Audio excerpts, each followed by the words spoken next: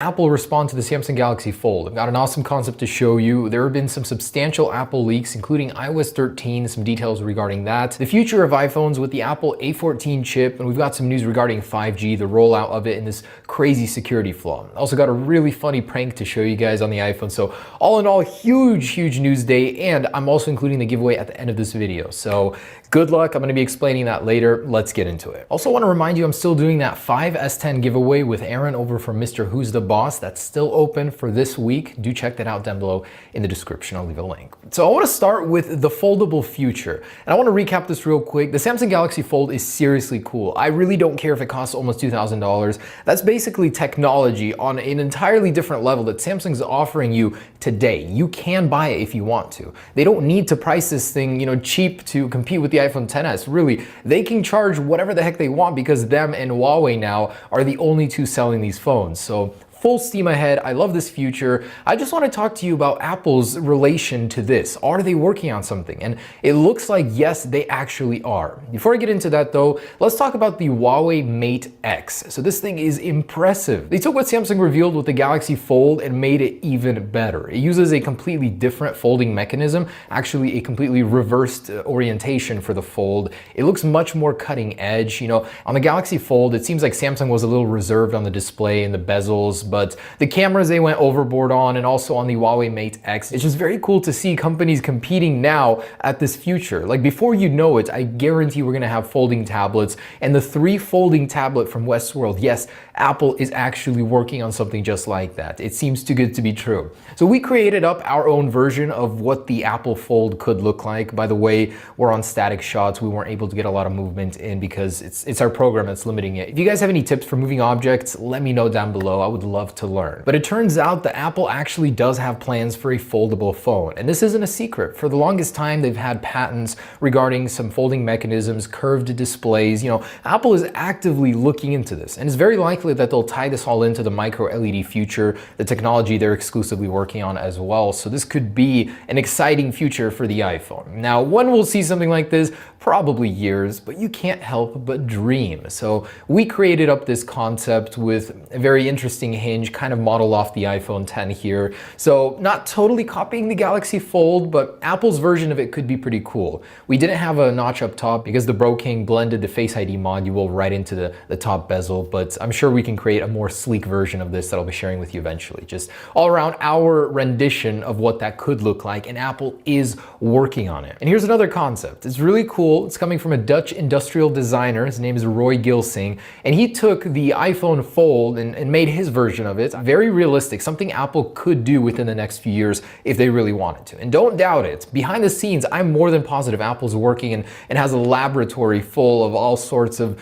who knows what on the iPhone. And Apple did it first, like hands down, this has to be the first one. The 80s prototype of the original iPhone, definitely folding. So yes, Apple did it first if you really go way back. Just kidding, obviously a joke. Okay, and I've been having way too much fun with this. So there's a bug on iPhone that allows you to modify the subtext in preview links that you send to people in the latest versions of iOS 12. Works on 12.2 still, 12.1.4. I'll leave a link down below how to do it. Just, I've been having the most fun with this. It's seriously great. Check it out. And another point I'd like to bring up is, will the iPhone 11 be enough? Samsung is driving a very hard bargain here, charging $100 less for newer technology on the Galaxy S10. Will the iPhone 11 be enough? And I simply say no, not at this point in time unless they focus on the software with iOS 13 more. I mean, it'll be great with the frosted wireless casing, the new triple lens design will be great, reverse wireless charging, but nothing that you won't be able to get on the S10 for $100 less. So I say iOS 13 needs to be Apple's biggest priority. They need to take this software, they need to polish it, they need to give us all those little features that we should have had a long time ago, something ambitious, split screen, picture-in-picture, and yeah, ambitious to us is what Android had for years. Please, Apple, please do consider that. And I wanted to show you this iOS 13 concept. So this is by Leo Valet, and he has shared something incredible with us. He took iOS 13 and from a very unique angle gave us some features that I haven't seen being mentioned anywhere else. So he does prioritize an iPad specific focus here, and we can see that with in addition of Trackpad 3, the Magic Mouse 3, even the Smart Keyboard version 3, specifically tailored to connect with the new W3 chip, supposedly. It looks really nice. I like the idea in general. a revised Find My iPhone feature where Apple physically prevents you from shutting the phone off. I doubt that'll ever happen, as you always need that physical reset. Support for an external display and Xcode on the iPad, multitasking, plus Control Center in one interface. It's brilliant. Apple should have done that. There's no reason why these are two completely separate interfaces when they could basically be the same thing and save you the confusion and difficulty of having to swipe down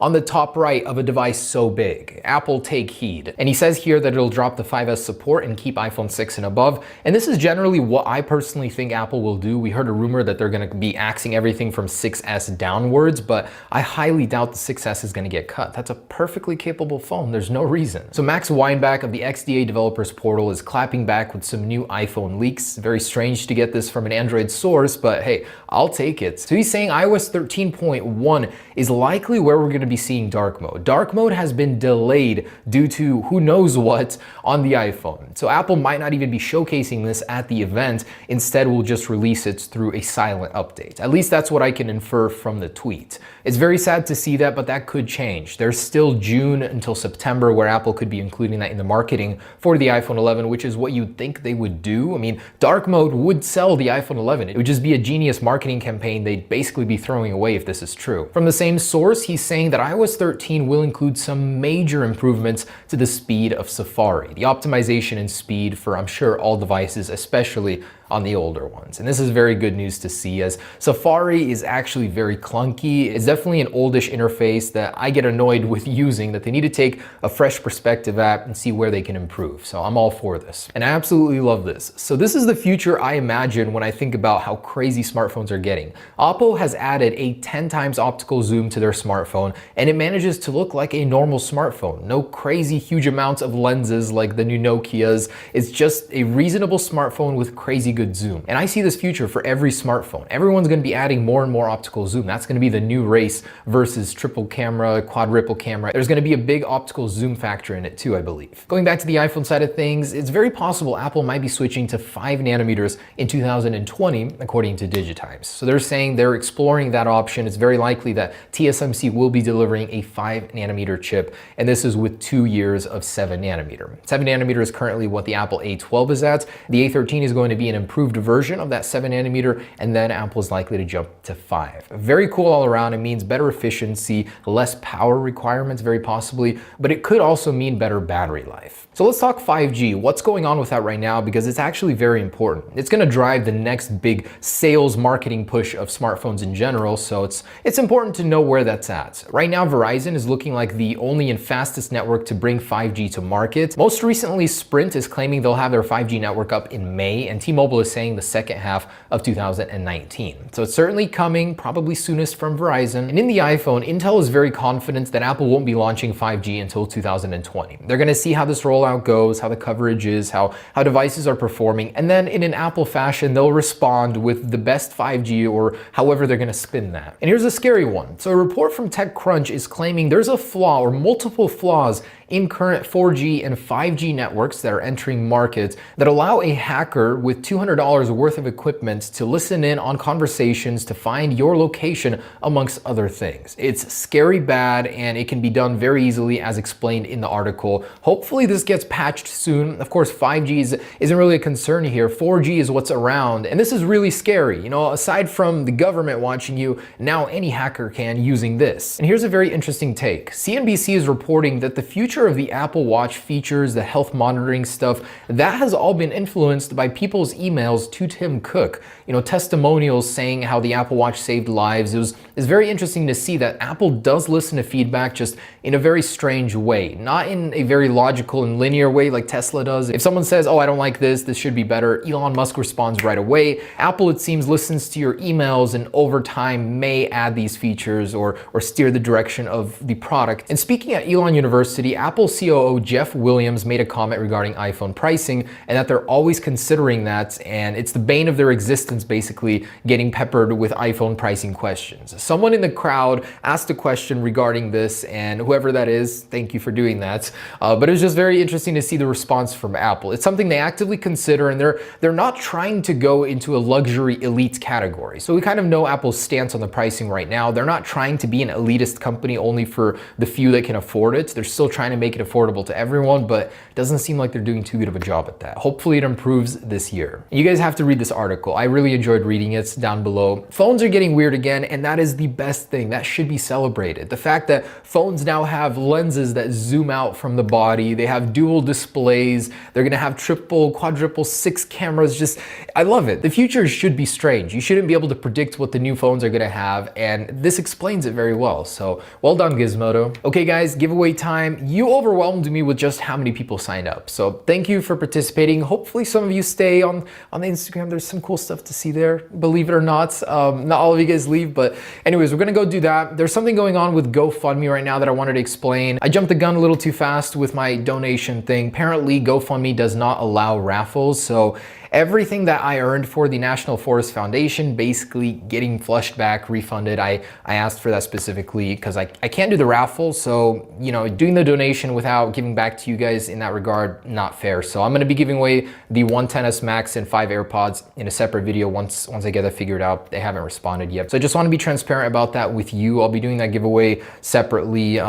Still not sure. I still want to do some sort of nice donation for the gorge, but we'll figure it out. We'll figure it out. Round 2 hopefully will be the one. But okay, let's get to that giveaway. No matter what, guys, thanks for watching and stay tuned for the next one. I'll be giving away those 5 in a separate video. I'll explain that later. Peace. Okay, it's now been 6 hours and this is still counting. That's so funny to me. Too many people signed up for this giveaway. So while that's finishing up, finally, I got the YouTube ones here loaded up already. So this is the only one that can literally handle an amount this large. Every other one literally crashes. But all right, first winner. And by the way, if you do win, put a link in your about section of your YouTube where I can reach you, preferably Instagram, and I'll be sending messages out. If you don't have it, I'm gonna have to redraw.